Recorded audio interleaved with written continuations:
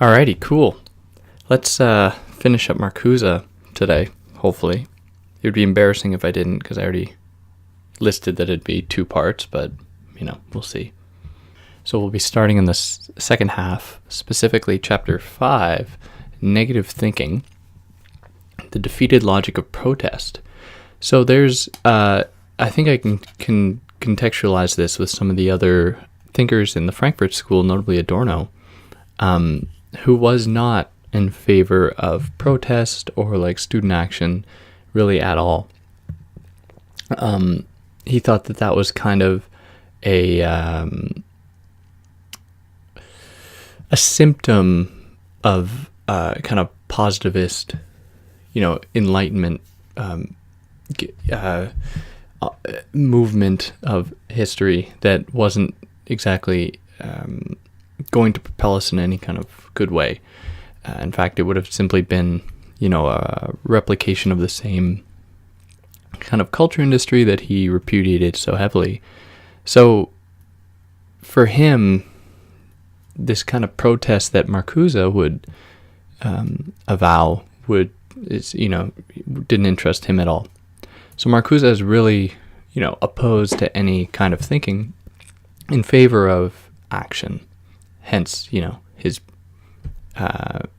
being at the forefront of much of what was going on with the Quiet Revolution and all these other kinds of cultural movements in the mid-20th century. So he begins this chapter, at least at the end of the first paragraph, by saying that the world of immediate experience, the world in which we find ourselves living, must be comprehended, transformed, even subverted in order to become that which it really is. So then he continues into the next paragraph, stating that in the equation, reason equals truth, which equals reality, which joins the subjective and objective world into one antagonistic unity. Reason is the subversive power, the power of the negative that establishes as theoretical and practical reason the truth for men and things. That is, the conditions in which men and things become what they really are. So they do not depart then from a kind of ontic reality, that is a tangible, material truth, but that there can be some kind of intervention at the level of reason, which is, up for negotiation and challenge and so forth. So this can have a whole slew of effects. And he says there has been a tradition in Western thought to prescribe or to reduce this whole equation to a kind of objective reality or kind of transcendent empiricism or materiality. So he says that the totalitarian movements were one such example that tried to intervene, tried to alter the domain of reason, coming at it in a very logical way, in order to alter reality, to alter truth to some extent. So tracing this conflict, that is conflict between reason and reality, he traces this back to the Greeks, of course, where there was these distinctions that always played themselves out to some extent. So he says, and this is on 124,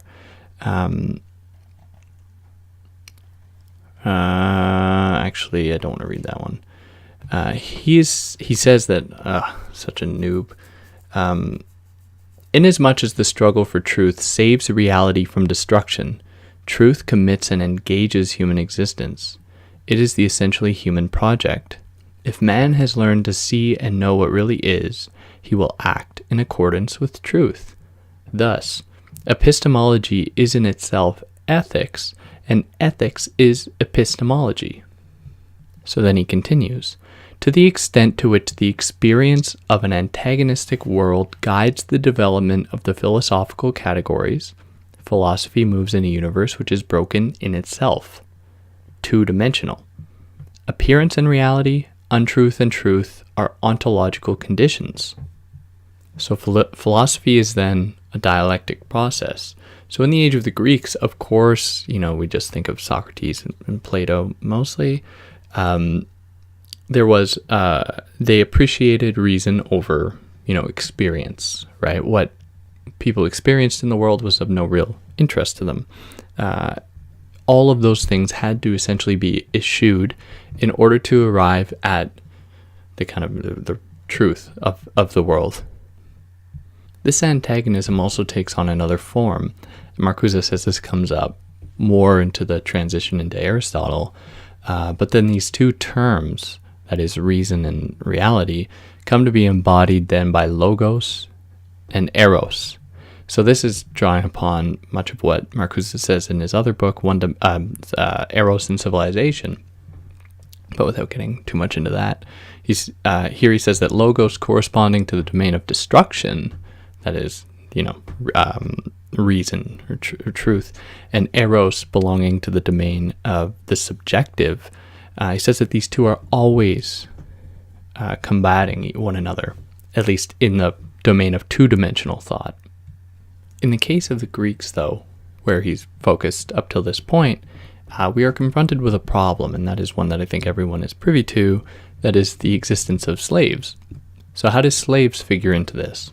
Well, for Marcuse, slaves not belonging either really to the domain of logos or eros being a kind of enjoyment of life, kind of willingness to, or not a willingness, but an appreciation of beauty, of love over hate and whatever, and logos being reason. Because there are classes that are denied either of these positions, it would seem as though there is a barrier around the dialectical configuration of eros and logos.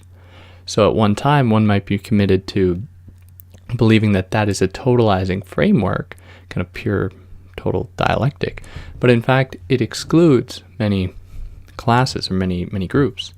So it would be wrong then, Marcuse says, to say that this is simply a condition of what he calls the pre-technological age or the anti-technological age.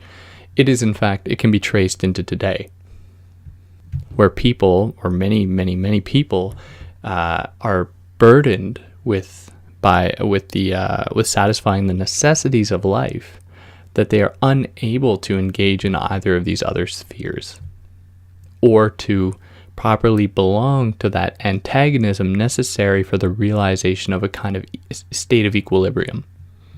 So in Marcuse's words on 129, if truth presupposes freedom from toil, and if this freedom is, in the social reality, the prerogative of a minority, then the reality allows such a truth only in approximation and for a privileged group. And how does this come to be? Well, for Marcuse, he says that there's a transition, of course, between Plato and Aristotle. So with Plato, he's a little more generous, saying that there was a kind of ambiguity with these two terms. That is, logos and eros. They would fold into one another, negotiate, and even their own kind of ontologies were up for more debate. Whereas in the transition to Aristotle, Marcuse says that something changes. There is then the development of a kind of commitment to a logos that presupposes or anticipates the development of technological rationality. So that is under the, he says this is 137, under the rule of formal logic, the notion of the conflict between essence and appearance is expendable, if not meaningless. The material content is neutralized. The principle of identity is separated from the principle of contradiction. Contradictions are the fault of incorrect thinking. Final causes are removed from the logical order. Well defined in their scope and function, concepts become instruments of prediction and control. Formal logic is thus the first step on the long road to scientific thought, which of course Marcuse repudiates. So tracing this development, so from Plato, where of course there were slaves, so something bad was going on, to the Aristotelian notion of formal logic that Marcuse identifies, to today, I know it's three kind of arbitrary points to focus on, it is important to note that they do not emblematize the same modes of domination or oppression. They are rather different. But rather, to get around this problem of kind of poking at the epistemological variations that might have caused this, Marcuse says that they all fall under the rubric of domination. So pre-technological and technological modes of domination are fundamentally different as slavery is from free wage labor, paganism from Christianity, the city-state from the nation, the slaughter of the population of a captured city from the Nazi concentration camps. However, history is still the history of domination, and the logic of thought remains the logic of domination. So whatever form it takes, in whatever capacity it is exercised, it still belongs to that general formulation of the domination of one group by another group. This Aristotelian logic, then, how it motivated the development of the domination today, or the form of oppression that we see today, was in its abstraction of things like materiality in favor of a kind of formal logic, as Marcuse identifies it. But what also followed was a kind of hyper-individualism beginning to emerge. So with people being able to contemplate the world, not through their being, experiencing the world, opening up the possibility of kind of epistemic, or like kind of phenomenological possibility or difference or anything like that. Instead, things were given over to a kind of logic or a kind of capacity, or things could be realized or understood through contemplation. It opened up the door for a kind of individualism that had yet to be seen. So we get a good summation of this on page 140, where Marcuse says, for the scientific subversion of the immediate experience, which establishes the truth of science as against that of immediate experience, does not develop the concepts which carry in themselves the protest and refusal. In contrast, dialectical thought is and remains unscientific. So that's indicative of the Platonic realm. Remains unscientific to the extent to which it is such judgment, and the judgment is imposed upon dialectical thought by the nature of its object, by its objectivity. So this object is the reality in its true concreteness. Dialectical logic precludes all abstraction, which leaves the concrete content alone and behind uncomprehended. And thus, dialectical logic cannot be formal because it is determined by the real, which is concrete, and therefore open up to a kind of to developments, to changes, to transformations that formal logic in its abstract concreteness, which seems like an oxymoron, doesn't allow. So as a kind of side note, many of these sentiments are very Baudrillardian. Like Baudrillard would, he draw it upon Marcuse a bit. But this idea of getting rid of an antagonism between two different poles permeates throughout Baudrillard's work. So this rendering two poles into one, that is a kind of like perfect equilibrium, or like as he might say in his later work, a kind of air-conditioned perfectibility, which would foreclose the possibility of negation, of contradiction, of challenge, of subversion in favor of this singular type of thinking. But I digress. All right, so that propels us here into the 6th chapter, From Negative to Positive Thinking, Technological Rationality and the Logic of Domination. So as he begins it seems obvious, he says that in the social reality, despite all change, the domination of man by man is still the historical continuum that links pre-technological and technological reason. So a little bit more specifically, this domination is realized under the economic relations of the time. So the limits of this rationality and its sinister force appear in the progressive enslavement of man by a productive apparatus which perpetuates the struggle for existence and extends it to a total international struggle which ruins the lives of those who build and use this apparatus. But there are other things going on, and that is a kind of relative improvement of the standard of living. So for Marcuse, and this really feeds into the kind of culture industry aspect of this, people are satisfied with what they have. That is because the system delivers the goods, and people do not want to give those things up. So instead of moving in a direction that might point to a greater degree of emancipation, people are instead satisfied with getting their car, or getting their promotion, or getting whatever other thing. So all of these objects, I think, are a relic or kind of an extension. As my cat is destroying things. This kind of optimism with these bad things, cruel optimism as Lauren Berlant would characterize them, I think, is an extension of this kind of logical formulation coming out of Aristotle. That is the rendering positive, or going from negative thought, so negative thought being the domain in which there was an antagonism between two different poles, to this positive thought where everything is essentially, good as it is. The system is right because the system gives me X, Y, and Z things. Therefore, there isn't even the possibility to conceptualize the negative, at least not in the historical sense, where even people who live in the worst conditions, like let's say people given over to slave labor, are, sometimes absolutely happy with it because, they've been put in a situation where under the kind of global schematic of capital, they have to earn money to live. Therefore, in their minds, earning 25 cents an hour is better than earning nothing. So that is how the logic of one-dimensional thought coming from Aristotle to today permeates throughout the world and instills the idea of positivity through it, or into it, I should say.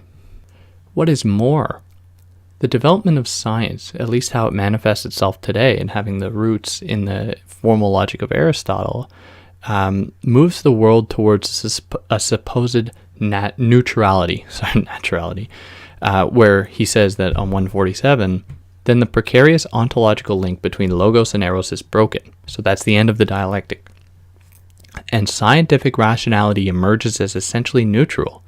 So what nature, including man, may be striving for is scientifically rational, only in terms of the general laws of motion, physical, chemical, or biological. Interestingly, this rendering objective of the world is done so by there being retained, at least to some extent, an antagonism between the objective and the subjective. But as I think we'll get into, the subjective is an illusory one. So paradoxically, however, the objective world, left equipped only with quantifiable qualities, comes to be more and more dependent in its objectivity on the subject. This long process begins with the algebraization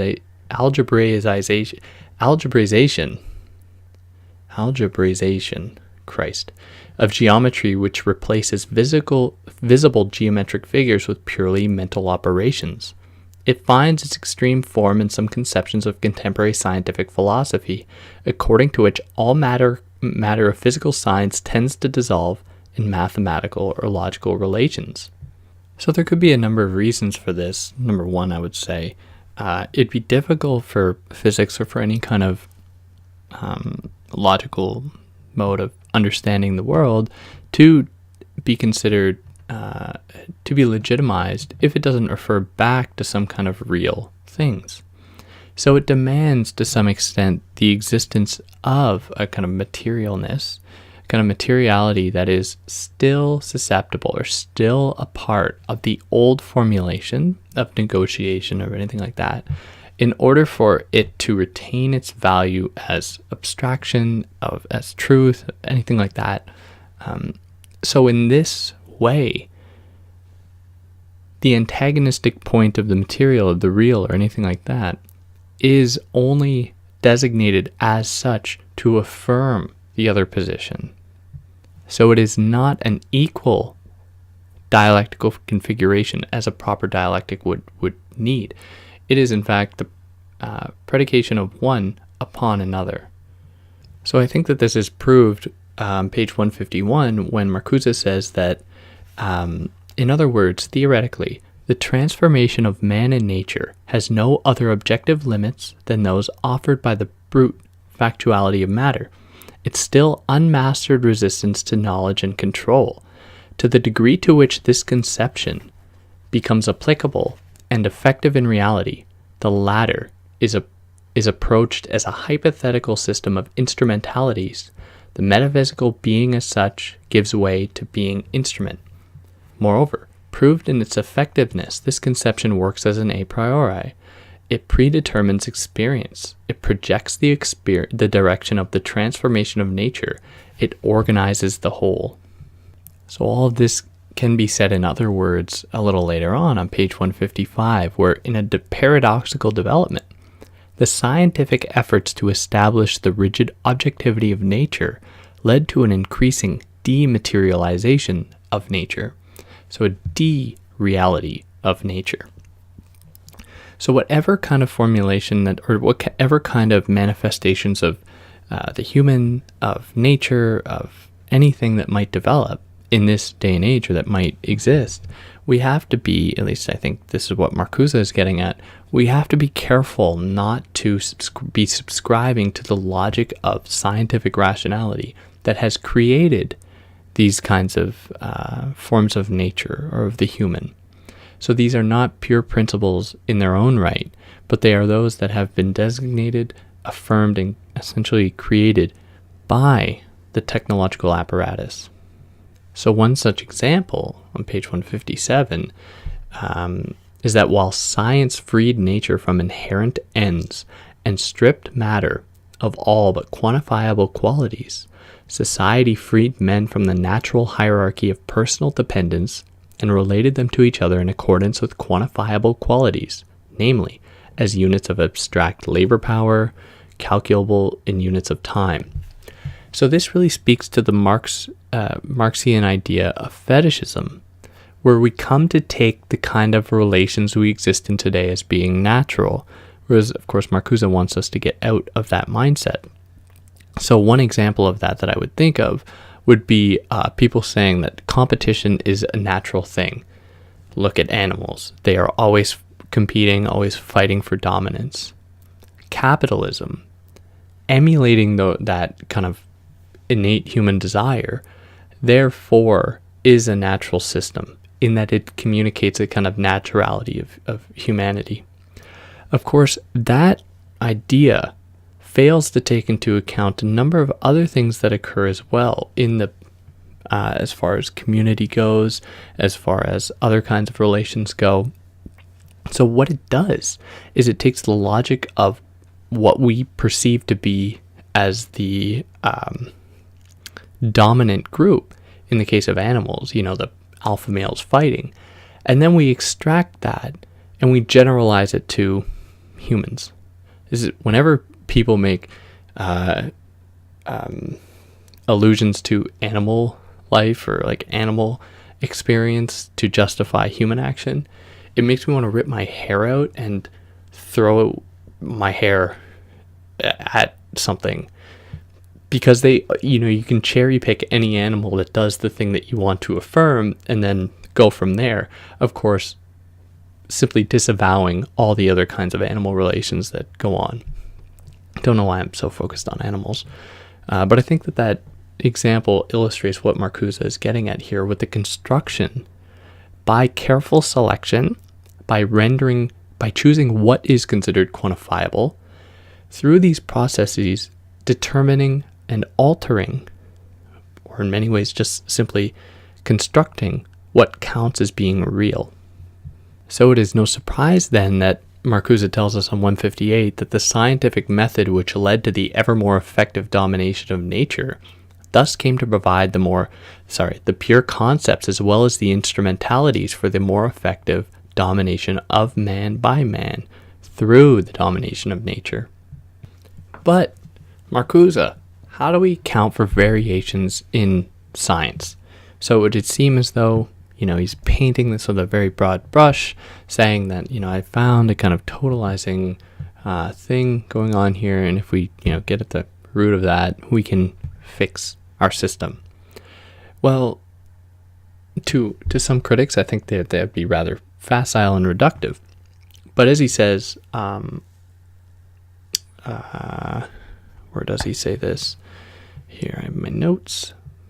Yes, on 165. So the continuous self-correction of science, the revolution of its hypotheses which is built into its method, itself propels and extends the same historical universe, the same basic experience. It retains the same formal a priori which makes for the very material practical content. So then he continues his thought on the next page. No matter how one defines truth and objectivity, They remain related to the human agents of theory and practice, and to their ability to comprehend and change the world. And again, to continue on with a long kind of chopped up quote, the point which I am trying to make is that science, by virtue of its own method and concepts, has projected and promoted a universe in which the domination of nature has remained linked to the domination of man, a link which tends to be fatal to the universe as a whole. So any kind of change that we might be able to note in science is more a superficial change than a kind of real change. Because science, no matter what kind of hypotheses are done, still operates under the basic a priori formulations of observation, deduction, kind of principles of, I guess observation is a good term to encapsulate that are part of a system of domination that takes the other to be a quantifiable point that can be reduced to codes and numbers and anything like that, effectively stripping it of its ambiguity, of its contradiction, of its antagonism. So no matter how science changes, it still relies on these fundamental principles. So how this essentially manifests itself is that in the social world, all things being reduced to science lose their kind of mythical quality. So they then become real. So the construction of reality is to some extent where at one point it was part of the dialectical antagonism, it is now something that is used or constructed by the jackals of science and capitalist exploitation to convince people of their being real to some extent. And then people are that much easier to control. All right, then here we go into Chapter 7, The Triumph of Positive Thinking, One-Dimensional Philosophy. So how does the system do this? How does it, posit the triumph of positive thinking, or how does he posit this?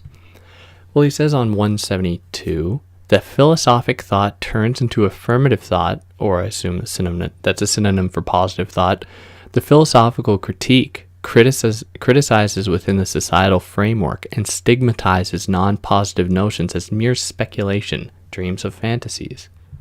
So I think to be kind of vulgar and simplistic about it, we can also reduce this to the distinction between so-called hard and soft sciences, or between like the humanities and hard science, whereby being able to always, or perhaps not always, but by relying on a method that extracts or that is able to give people conclusions, to solve problems, to be reproducible, that's a big thing. It is therefore in the service of the kind of movement of history, right, in the right direction. Whereas the other approaches that are no less valid, at least in my mind, like the humanities or theory or anything like that, are considered to be illegitimate. They are illegitimate. They are not worth anything because they don't give us anything, because they only, open up more questions, right? At best. But the people who tend to say that tend to forget that, the kind of science that we have today hasn't existed for very long, and societies and history moved very fluently without them. But, I digress. So, positive philosophy, or positivist philosophy, Marcuse tells us, sets up a self-sufficient world of its own, closed and well protected against the ingression of disturbing external factors. So I want to jump ahead and then I'll come back just to kind of summarize what he's trying to do here. So on page 193, Marcuse says that under these circumstances, the spoken phrase is an expression of the individual who speaks it, and of those who make him speak as he does, and of whatever tension or contradiction may interrelate them. In speaking their own language, people also speak the language of their masters, benefactors, advertisers. Thus, they do not only express themselves, their own knowledge, feelings, and aspirations, but also something other than themselves. So this is certainly an extension of his, in the earlier chapter, one of the earlier chapters, talking about language, how we have things like clean bomb or friendly fire or something like that, kind of oxymoronic terms that are intended to take out the negation take out the negative from what would otherwise be a bad thing, like bomb. We qualify with the word clean. So how language works in this way. So in this positivist philosophy, empiricism, he tells us on 187, substitutes for the hated world of metaphysical ghosts, myths, legends, and illusions a world of conceptual or sensual scraps of words and utterances, which are then organized into a philosophy. And all this is not only legitimate, it is even correct, for it reveals the extent to which non-operational ideas, aspirations, memories, and images have become expendable, irrational, confusing, or meaningless. So those things that are negated pertaining to the ghosts and specters that he draws can then become commodified, right? Because they then take up the place of the supposed opposition to this rational system. So as he says on 190, the scientific approach to the vexing problem, I'll go back a little bit. Magic, witchcraft, and ecstatic surrender are practiced in the daily routine of the home, the shop, and the office, and the rational accomplishments conceal the irrationality of the whole. It thus counteracts a truly rational behavior, namely, the refusal to go along and the effort to do away with the conditions which produce the insanity. So that occurs, I believe, by having the kind of scientific positivist philosophical apparatus in late capitalism opposing specific zones of being or of things which can then, in their being negated, be packaged up and resold back to the public as possibilities for refusal. Like, to be really reductive, like punk rock, for instance, didn't actually do anything to the system.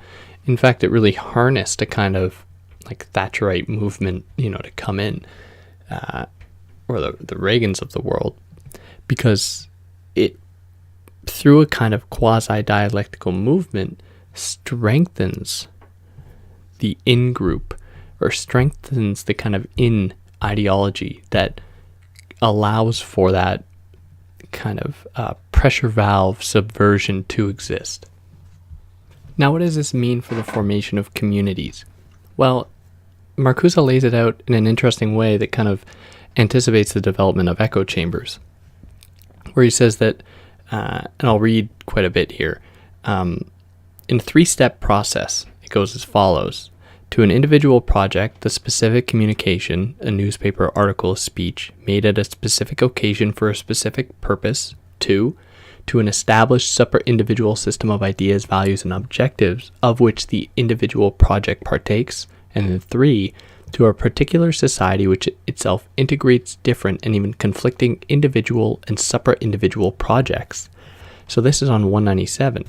To illustrate, he says, a certain speech, newspaper article, or even private communication is made by a certain individual who is the authorized or unauthorized spokesman of a particular group, occupational, residential, political, intellectual, in a specific society.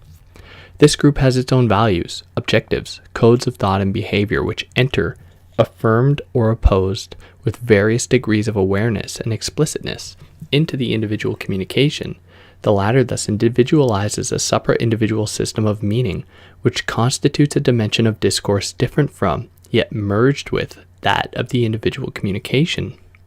And this supra-individual system is in turn part of a comprehensive, omnipresent realm of meaning, which has been developed and ordinarily closed by the social system within which and from which the communication takes place. So it forms a kind of autopoietic system. So a system closed in around itself that develops itself through itself. How many times can I say itself there? So this kind of closing off forms the basis for a kind of acquiescence with what is going on, because it gives the semblance of a kind of free choice, belonging to something, or belonging to something.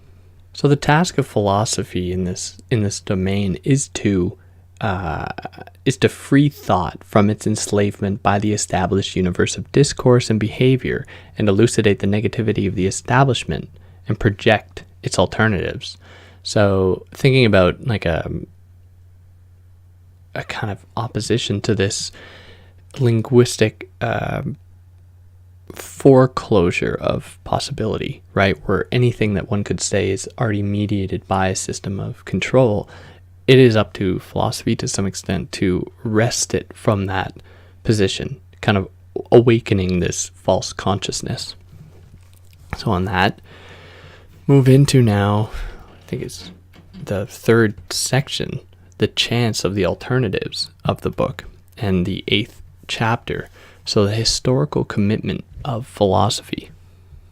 So this is Marcuse's plea against analytic philosophy, where he says that contemporary analytic philosophy is out to exorcise such myths or metaphysical ghosts as mind, consciousness, will, soul, self, by dissolving the intent of these concepts into statements on particular identifiable operations, performances, powers, dispositions, propensities, skills.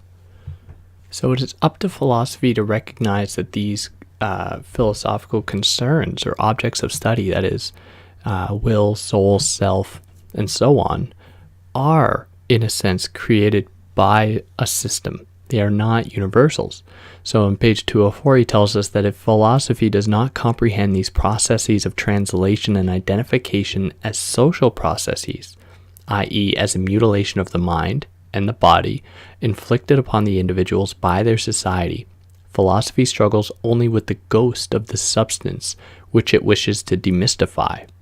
So this extends not only to the abstract things like self and will and mind, but also to so-called tangible things like the nation, the state, the British Constitution, the University of Oxford, England, things that are taken for granted as abstractions, where people do not understand, or at least in analytic philosophy that he's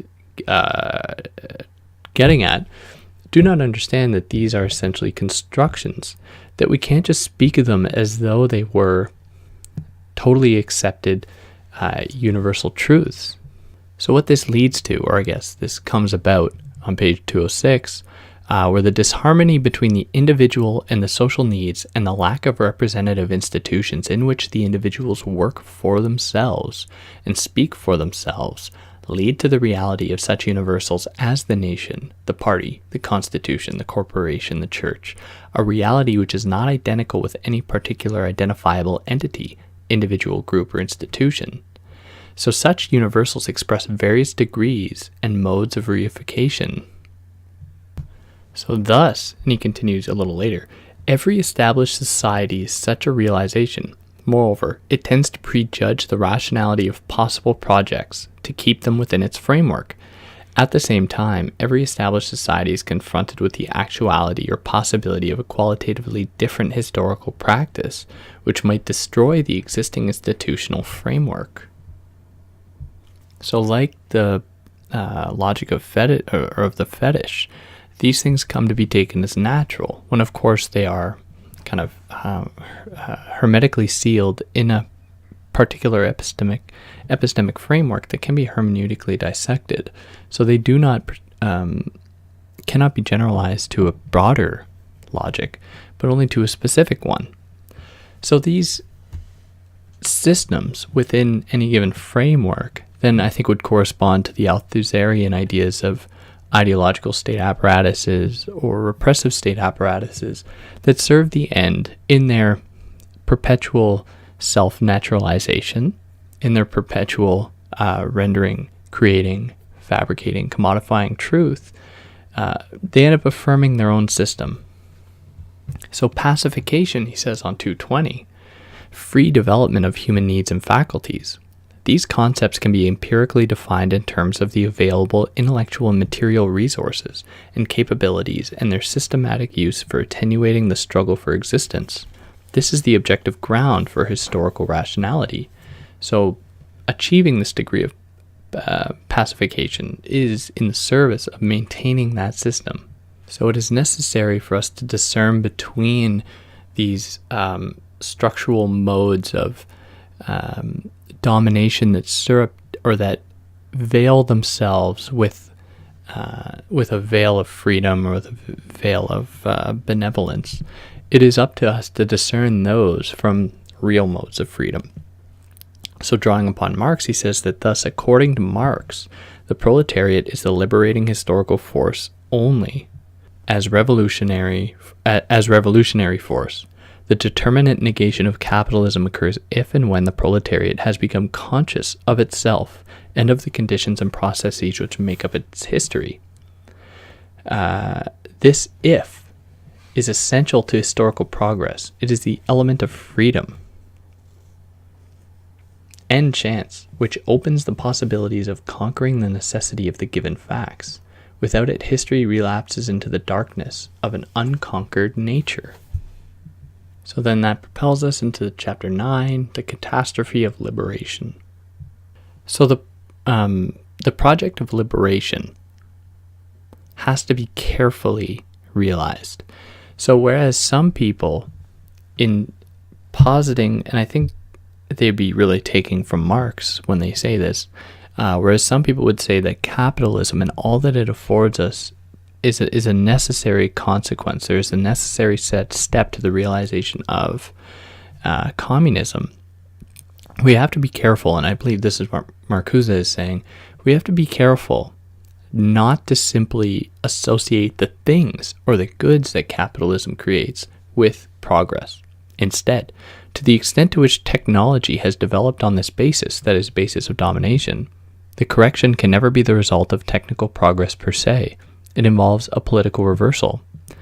So he says that this corresponds to a kind of technological fetishism, right, where technology is going to propel us into the right direction. Such fetishism has recently been exhibited mainly among Marxist critics of contemporary industrial society, ideas of the future omnipotence of technological man, of a technological eros, etc. The hard kernel of truth in these ideas demands an emphatic denunciation of the mystification which they express. Technics, as a universe of instrumentalities, may increase the weakness as well as the power of man. At the present stage, he is perhaps more powerless over his own apparatus than he ever was before. So our project of liberation cannot be predicated upon the structural modes of oppression or the consequences of those modes of oppression, because that would only propel us into a greater degree of oppression. So the same occurs in many other domains, where as nature is something that has been created now by reason or by truth or scientific rationality, we have to be careful not to associate things like kind of natural human drives or anything like that with the process of liberation, because they have always already been constructed by kind of scientific apparatus. So to justify that, he says, history is the negation of nature. What is only natural is overcome and recreated by the power of reason. So the metaphysical notion that nature comes to itself in history points to the unconquered limits of reason. It claims them as historical limits, as a task yet to be accomplished or rather yet to be undertaken. If nature is in itself a rational, legitimate object of science, then it is the legitimate object not only of reason as power, but also of reason as freedom, not only of domination, but also of liberation. So that is how reason is so effective.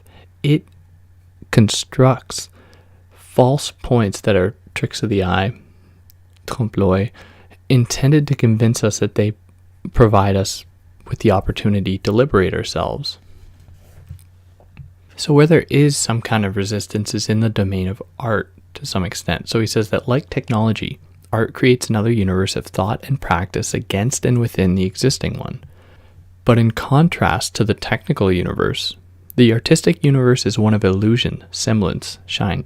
However, this semblance is resemblance to a reality which exists as the threat and promise of the established one. In various forms of mask and silence, the artistic universe is organized by the images of life without fear. In mask and silence, because art is without power to bring about this life, and even without power to represent it adequately. Still, the powerless, illusory truth of art, which has never been more powerless and more illusory than today, testifies to the validity of its images. The more blatantly irrational the society becomes, the greater the rationality of the artistic universe. So what a kind of liberatory paradigm would look like would be the elimination, he says on 242, the elimination of profitable waste would increase the social wealth available for distribution, and the end of permanent mobilization would reduce the social need for the denial of satisfactions that are the individual's own. Denials which now find their compensation in the cult of fitness, strength, and regularity. So that'd be an example of a kind of repressive sublimation, right? Where people, their desire to be free or something, take it out in ultra-individualistic acts like, weightlifting, to read him very literally. So people are much more satisfied with really messed up things like the accumulation of nuclear weapons and the slaughtering of millions of people. But what they are not okay with is they do not tolerate being deprived of the entertainment and education which make them capable of reproducing the arrangements for their defense and or destruction. So this really getting at the kind of irrationality of the system, where if capitalism as it exists today was rational, everyone would have cars. They wouldn't just destroy cars that were not sold. There's no logic to that. But capitalism does not have a logic in this way, and that is why it kind of both posits and denies this system of reason that Marcuse traces back. So this, moving into the 10th chapter, he starts it out by saying, the last chapter, the advancing one-dimensional society alters the relation between the rational and the irrational, where because the rational can be determined by the system in which it is found, the things that seem so irrational to the development of capitalism, like the extraction of surplus labor that can seemingly go on forever from a finite source, become rational. They become the very logic in which we find ourselves belonging. So there's very little movement in this system, or at least it doesn't allow for that, because everything that it produces and all the kind of ideological possibilities of liberation are guided and mediated by a system that is already predicated on the impossibility of escaping that system. So the impossibility of escaping from the logic of the accumulation of nuclear weapons, escaping from the logic of hyper-individualism, escaping from the logic of entertainment, of general acquiescence. So I think that's kind of what's going on here in the whole book. Of course, it's a good read. I would certainly recommend it to anyone. And there's a lot I didn't cover, obviously, because, for the sake of time. And I don't like getting into all the different thinkers that authors bring up unless it's really necessary, because it would take so long. But with that being said, I hope I did it justice, because there is a lot that I had to kind of gloss over, especially some of the other things pertaining to language that were just that relied so heavily on other philosophers that I didn't feel like I could really jump into. But on that note, for those that actually listened, take care and let me know if I missed anything that is crucial or that people should know about. You know how to add it here yourselves.